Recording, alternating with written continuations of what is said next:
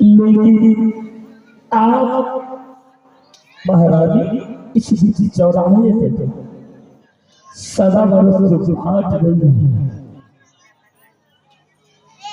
मुझे ये समझ नहीं आया भैया, हम भी किसी शर्म के मारे हुए हैं, इसी लेकर के मैं इस जगह 12 वर्ष तक सदा बरस और नित्य प्रतिदिन कोई साधु महात्मा कोई भिखारी आता है तो सबसे मैं पहले खिला देती हूँ, उसके बाद हम जल करती हूँ। तो इस लेकर के भाई साहब पहले आप तीनों बैठिए और भोजन कर लीजिए, उतना बात जानने से क्या फायदा नहीं। सदा बरस बात का कुछ न कुछ मकसद है, कोई न कोई परेशानी है, तब कोई व्यक्ति इसी चौराहे पे बैठे 12 वर्ष तक सदा बरस बात सकती है। उतना बात क्या सुनोगे भिखारी भाई, उतना बात मैं नहीं गा सकती हूँ।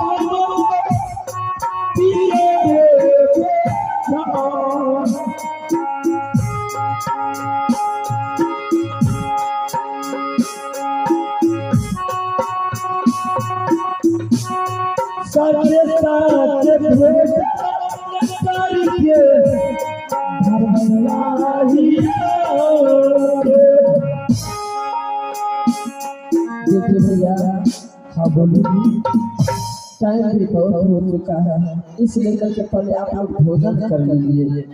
क्या पूछ रहे हैं? सभी आदमी अपना अपना कर्म के मारे हुए जो विधि धता लिख देता है, ठीक है, उनको मिटाने वाला कोई नहीं। आप अपने परेशानी से गुजर रहे हैं, अपने परेशानी से गुजर रहे हैं, महारानी हम लोग को घूमने दे दीजिए, हम लोग चलेंगे। ठीक है, लीजिए।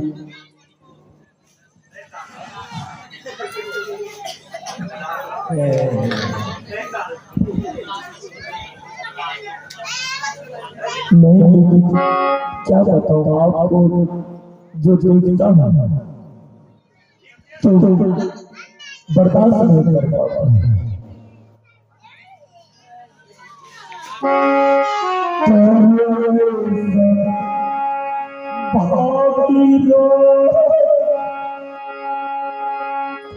दुनिया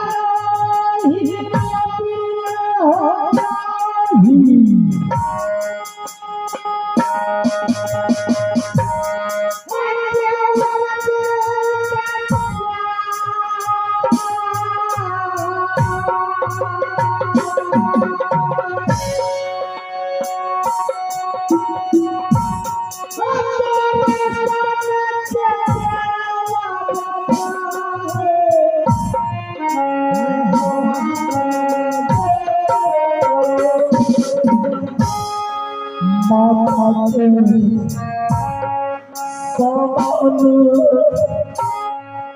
मालया बेटा के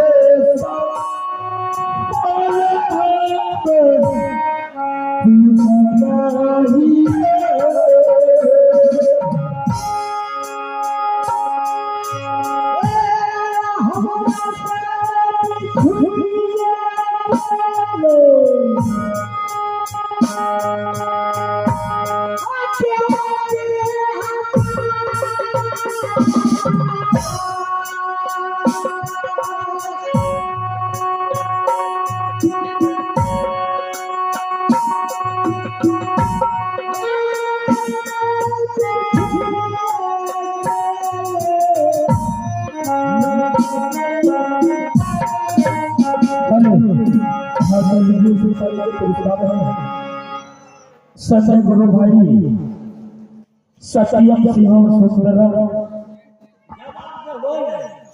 इनके तरफ से 21 रुपया का पुरस्कार है। मिर्जापुर का रहने वाले हैं। इन सिनेमा को मां काली की ओर से लाख शुक्रिया।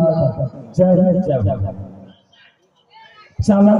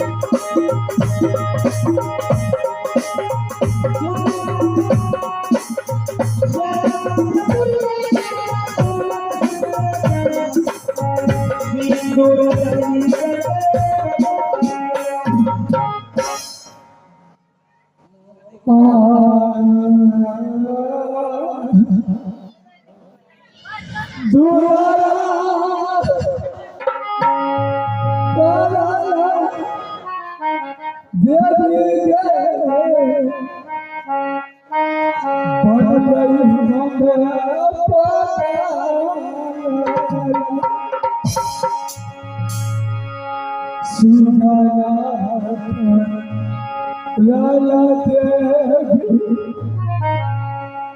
बाला बाला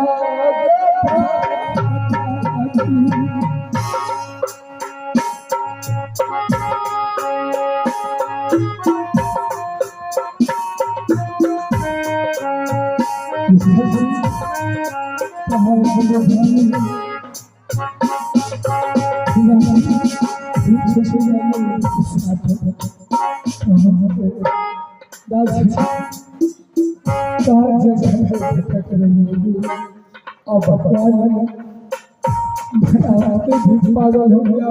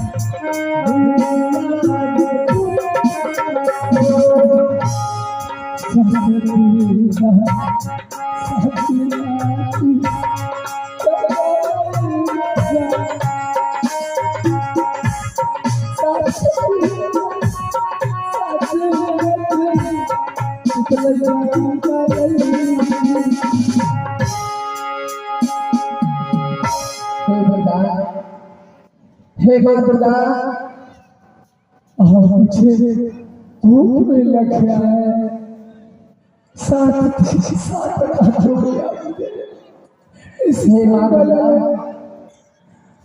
को खोजते मेरे भाई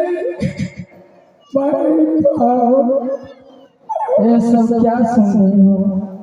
हे माँ दुर्गा, हे परमात्मा,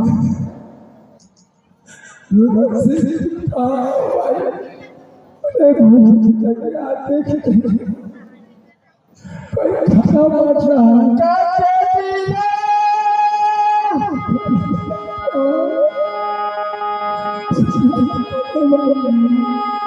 क्या भिखारी, क्या मुझे भूख लग रहा है, क्या भूखे हो भिखारी? मुझे भूख, ठीक है, जब हमारे पास आए हो